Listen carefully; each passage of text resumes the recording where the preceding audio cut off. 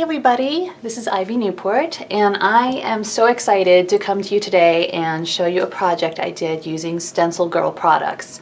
When Stencil Girl came to me and offered me this opportunity to use their wonderful stencils and create something for you guys, I was thrilled. So they gave me free range so I could go on the fabulous website and pick any 3 stencils that I wanted, which was really fun to go through all of those. And these are the 3 that I picked. I've got the Bloom True from Flora Bali. I've got the lovely Marrakesh Mix, which reminds me of all these beautiful lanterns. And then I have this one called Hash Marks. And I wanted to talk to you a little bit about why I chose them before we start the project. When you're designing an art piece, you want to think about scale, right? You want to think about balance, you want to think about variety, all of these aesthetic principles that we know are handy when designing beautiful artwork. So I wanted to choose a large scale stencil like this one, the Bloom True. I love the Marrakesh Mix because it has a variety of sizes, which I think is really useful. I like to use stencils as a way of not only adding pattern into my work, but as a way of adding visual elements. So, you know, I'm viewing this and you're going to see me do this in the painting, but these are actually going to be these beautiful lanterns that will be featured in the piece. So I don't just use them as like a backdrop or just as a pattern, and that's what I love about stencils, is that they're so versatile. So you're going to see me using a lot of these different shapes and placing them, you know, very deliberately, but I can get the sense of depth because some of them are bigger and some of them are smaller. And then of course I chose this sweet Hash Marks one because it is obviously a smaller scale, it's a smaller mark, and I think this one is just really versatile. I think you could do a lot of things with it. I'm going to be incorporating it into this piece in the girl's dress. What I like about it too is you can turn it, you could change the direction of these marks. So that's why I chose these 3. And I have been busy. Let me get these out of the way for now. I've been busy. I just gessoed this board. This is just a really inexpensive art board I got from my local store. And I just kind of roughly gessoed it. Just one coat of gesso at this point. I may do another coat, I'm not sure. But the fun part that I've been working on is I've been designing and gathering my materials, my reference image, and my inspiration color palette to create this piece. So first of all, this is going to be my model. I got her from DeviantArt, and I'm just using her as a visual reference so that I can get her form correct and, you know, kind of use her as a great guide for myself. And then this is going to be my color palette inspiration. I always like to think about my color palette before I get started because it just helps me, you know, figure out the design and where I'm gonna play colors against each other. This is quite a complementary color palette. We've got orange and blue, which are opposite each other on the color wheel. So this is a pretty strong complementary sort of system here. But there's lots of lovely subtleties with all the yellows and the blues and the teal. And so I'll be working those into the piece as well. I just love the whole glow look here. So what I did is I got a piece of tracing paper, and this is such a great way to start planning your pieces before you get started. And it's a great way to play with your stencils and really stretch them and use them as design elements. So I got a piece of tracing paper. I cut it roughly the size of my board. This is a 11 by 14 board. And I traced my reference just because she's the right scale for this piece, and I just wanted to get her placed. And so what I did is I started designing the piece. Just really roughly, there's not a lot of detail here, but I know that the female form is going to be here. And then I was able to use the Marrakesh Mix, and I started kind of placing those shapes strategically so that they kind of work with the figure. Obviously the figure is the focal point. And then I also love using stencils off the page. So like several of these are going to be cut off. Like this big one up here is going to be cut off, and they're, you know, you don't always have to use the whole stencil, right? I mean, you can use parts of it, and that makes it kind of more interesting and kind of in a way creates something that's a little bit more realistic and maybe more 3D than just maybe a flat pattern. And then of course I use the Bloom True. I was thinking about having these petals down here to kind of encompass the figure and kind of close the composition in. I've got it coming over here too, and I may use some more petals over here perhaps. We'll see. Now this may or may not be exactly how I do it, but it's a plan. It shows me that things are in balance.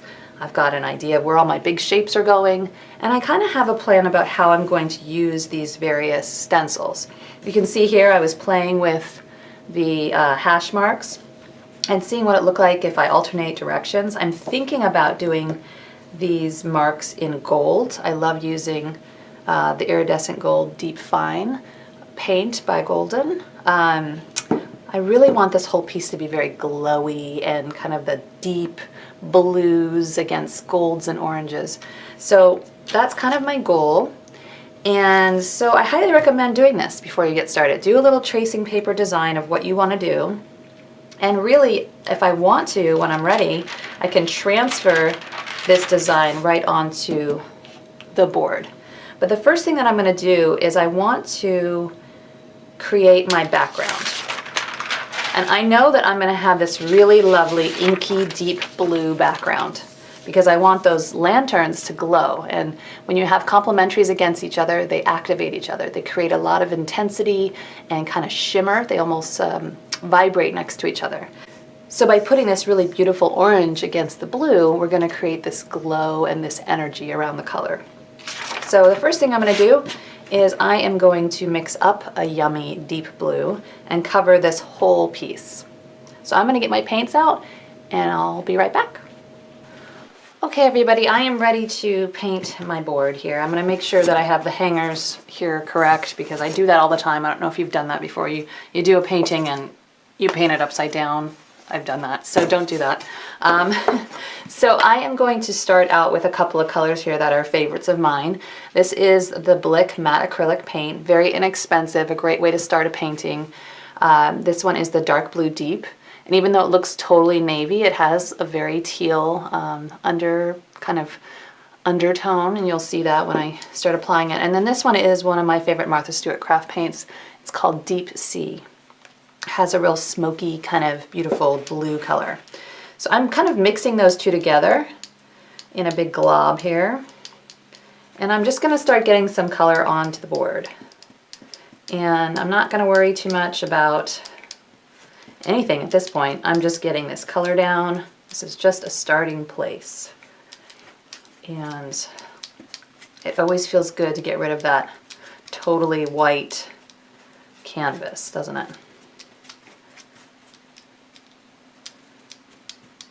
So I always try and keep my brushwork a little bit active. I don't want to look like I'm, painting a wall where it's just perfect strokes.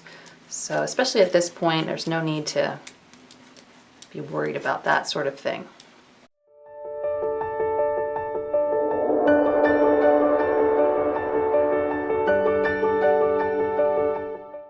I think it's important to note too, as much as I believe in, especially with this kind of work, planning out your composition and figuring out your design ahead of time, I think it's always really important to leave room for things to happen. A lot of times, as you guys know, in the creative process, things don't always go as planned.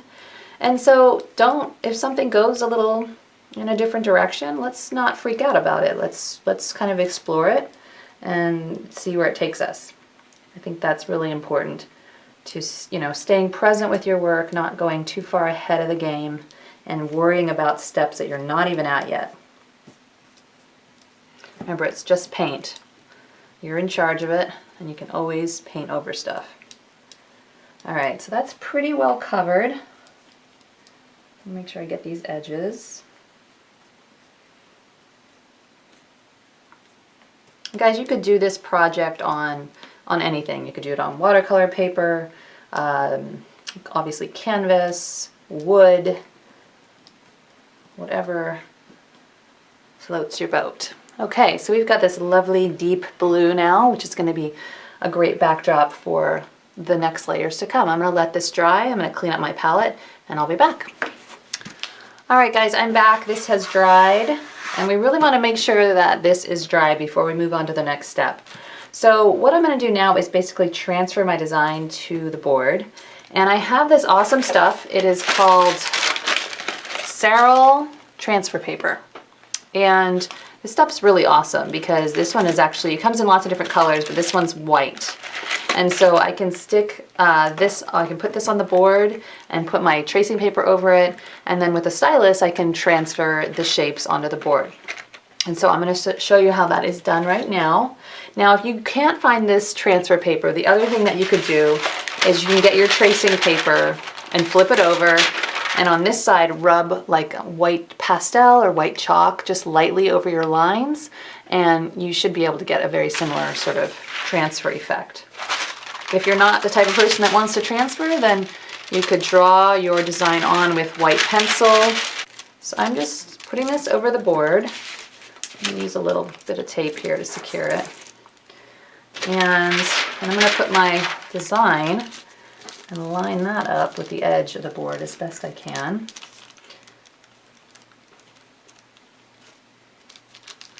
It doesn't have to be exact. You'll find that nothing I do is like super exact. It just isn't how I roll.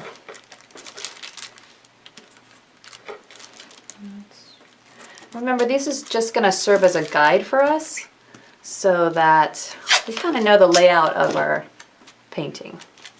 So I'm just putting another piece down there. And I've got just a little ball stylus. You could even just use a pencil. Mechanical pencil would work great. Just don't press very hard. I'm going to start with the girl, and I'm just going to outline her shape.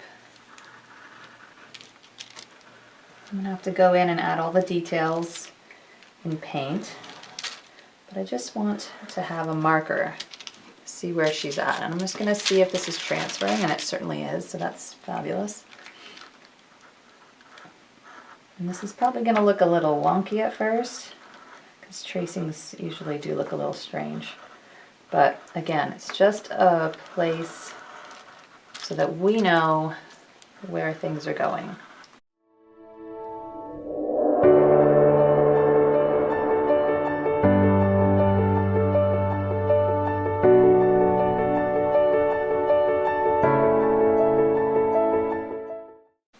Okay, so I can take this away now.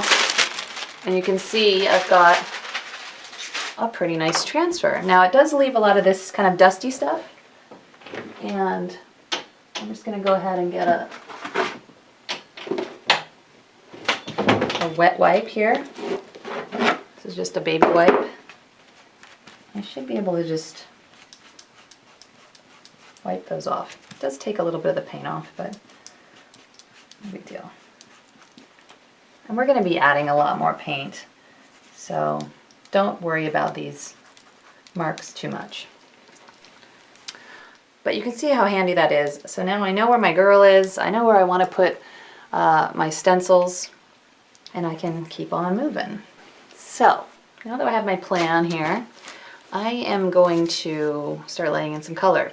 Now I know that I want these lantern shapes to be a deep orangey glow against this very blue background. So I'm probably going to start with them. I'm going to mix up a pretty deep orange. I can always add variations with dry brushing, but I want this first initial lay of color to be like an intense orange, and then I can soften it later on with some other techniques. So I'm putting out a little bit of the cadmium red, and I think I need some cadmium yellow, medium. If you have an orange that you like already, you could use that too. And I'd maybe throw in some of this Blick matte acrylic. This is orange medium. I'll see if I'm going to use that in there. So I like to do stenciling a lot of times with these makeup sponges. So they're just really inexpensive and they're easy to use, and I like the way that they work for me. So I'm going to get my stencil here, and I know that I want this big one right here. So let's mix up our orange. I want a pretty intense orange. Remember I said we can always soften it later on. And like most paintings, there's always a stage where things look a little crazy, and that's okay. That's part of the painting process. So we're going to build this up in layers. So I want to mix up, a good amount of orange so that I don't have to keep, mixing it. I don't know if I'm going to add a little bit of that. Maybe. Yeah, that's pretty good. Pretty intense orange.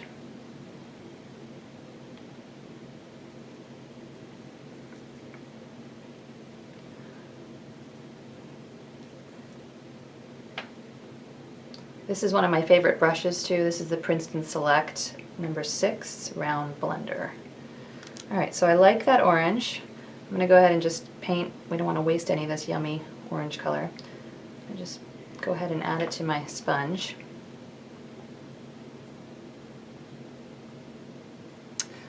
And start putting this in. So I want to get this sort of lined up so that it's straight.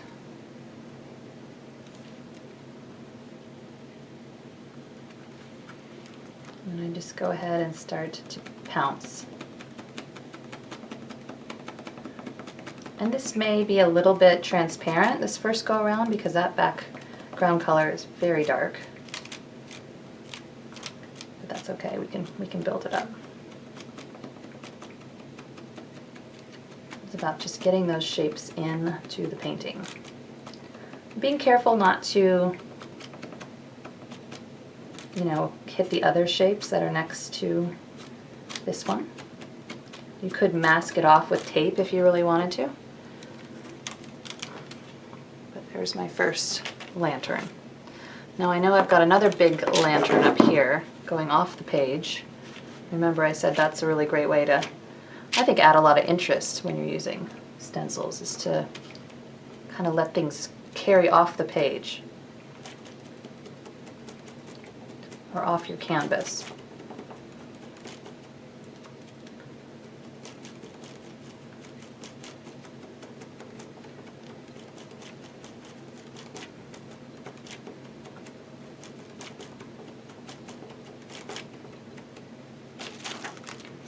There's that one. All right, now I've got a medium-sized one. Let's see. Here. So again, I'm changing scale. Is that one of these ones? No, it's one of these ones. Okay, there we go. Changing scale to add interest and variety into the piece. But of course it's repetition as well. It's the same shape, right? But a different size. So our eyes like when that happens in a painting, rather than doing all the same size lantern. Another one. And let's see, I've got another medium one up here.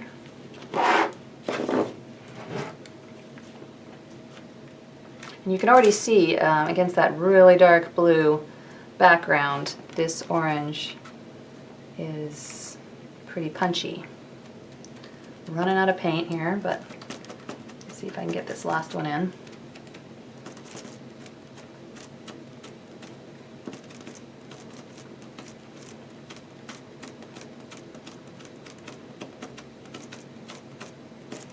And this is what I love about using stencils too. I love pushing the stencils and making them into elements in my painting, not just a pattern element, but as an actual object.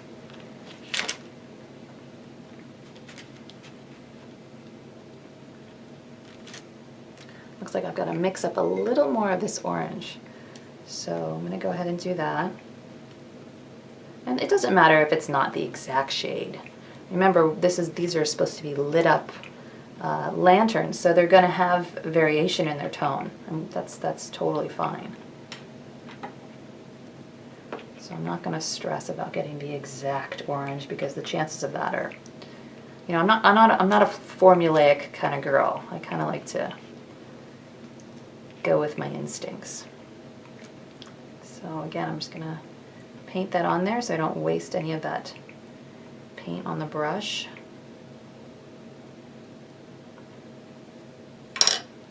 And keep moving. Oops.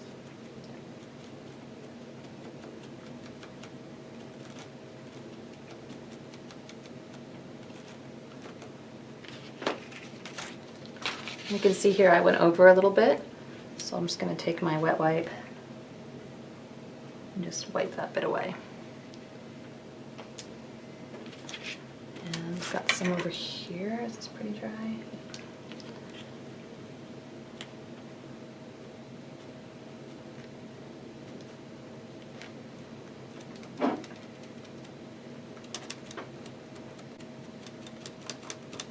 I actually kind of love when you get two different colors on your sponge and you get that sort of blending or that blended color that comes through. That can be really beautiful. And we may even go back and do that a little bit more, but right now we're just laying our shapes in. Guys, there. See how that orange is a little brighter? I'm gonna wait for that one to dry. I might go over this one more time. Let's try.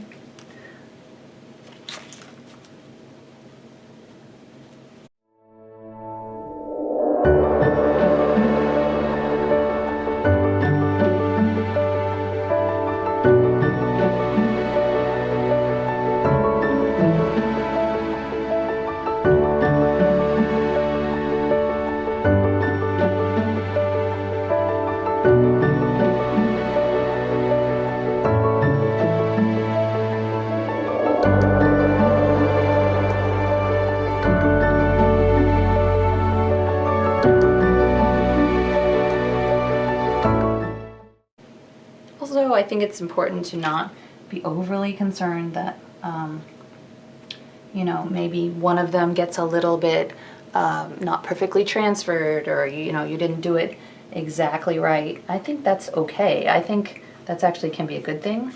The more organic the shapes are, the less perfect they are, the more it looks more like you painted lanterns as opposed to, you know, using the stencil. Not that there's anything wrong with stencils, they're fabulous, but you don't have to get each one perfect, you know, especially with this kind of painting. I like some imperfection. Again, if you're trying to get depth, it's good if there's some fuzzier edges. So I'm looking at this, we've got 1, 2, 3, 4, 5, 6, 7, 8, 9, 10, 11. So it's typically good with design to use odd numbers, so I'm quite pleased with this right now. I don't think I'm going to add any more lanterns. I'm going to go over this one again, just to darken it a little bit more. Because I really want, he's kind of the main lantern. So I want him to be quite strong in color.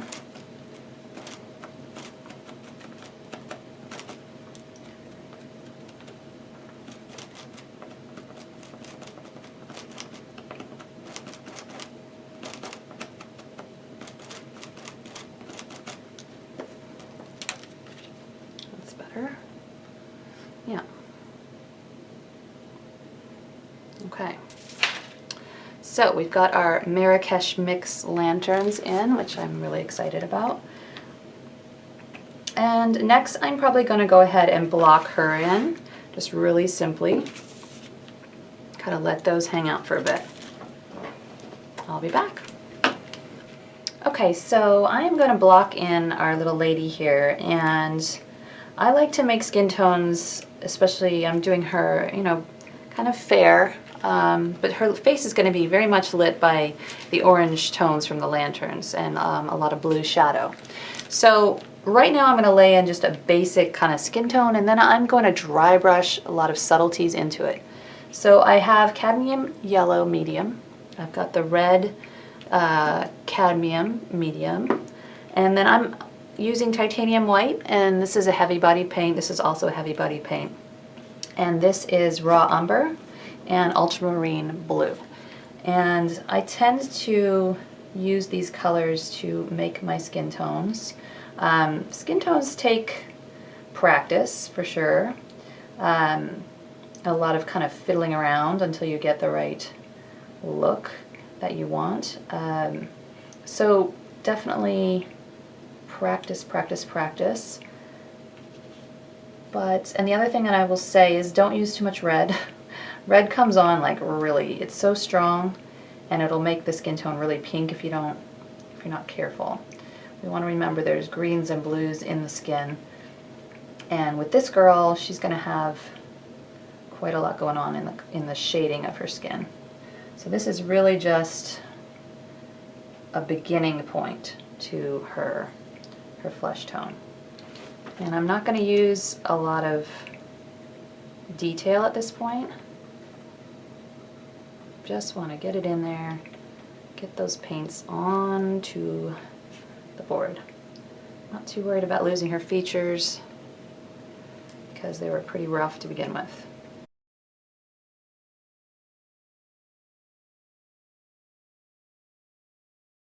As you know, with acrylic paint, it dries fast, so you don't really want to mess with it for too long before you move on to another area. Otherwise, you're just going to start to lift up the paint you just put down. So again, this is just the first layer. Just going to get her hand in here, using a touch of water just to get the paint moving. You could also use glazing medium.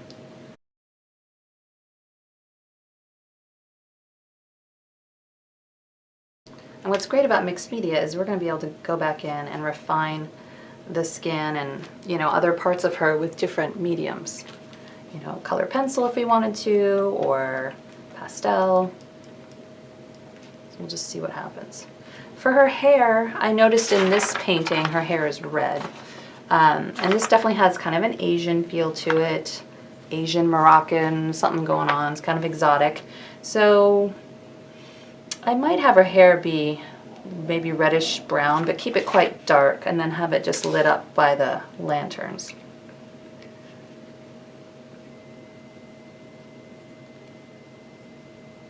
So again, I think I'm just going to create sort of a base tone for it.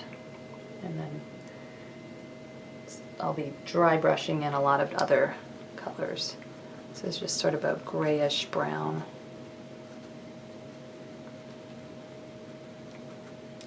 And this is probably the hardest part of a painting when you're feeling, you know, it's nothing's really working yet. You're just kind of laying the foundation. So this is also the most important time not to give up or not to stop working, because you haven't really given it a full shot yet, right? So stick with it for a little bit, even if you're feeling apprehensive. I don't know what I'm going to do with her hair. We'll see. I'm just blocking it in. Now her dress, I do really like how in this piece the dress is in those same blues, but it's lighter, it's picking up the light, and so I may have her dress also be in those colors.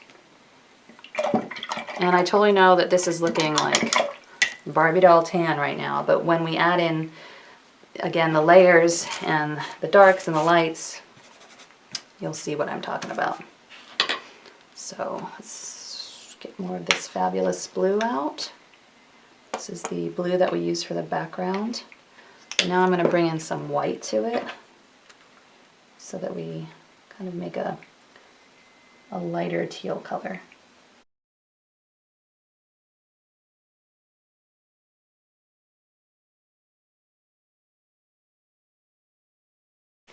Not going to worry about any detail or any of that right now in the dress.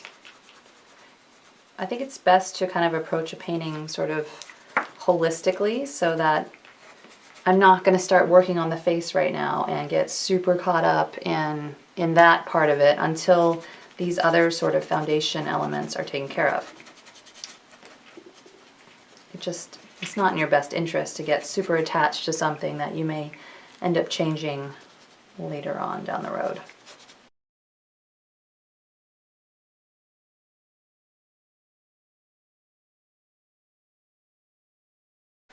And the fan,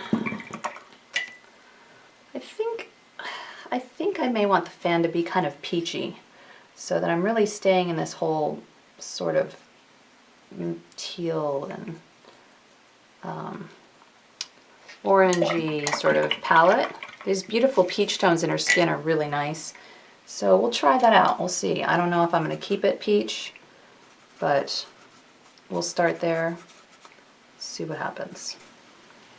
Okay, I'm going to let all of this dry really well, and then kind of come back in and start to work on some blends. I also think I'm going to establish some kind of a horizon line back here, so that's going to come into play as well.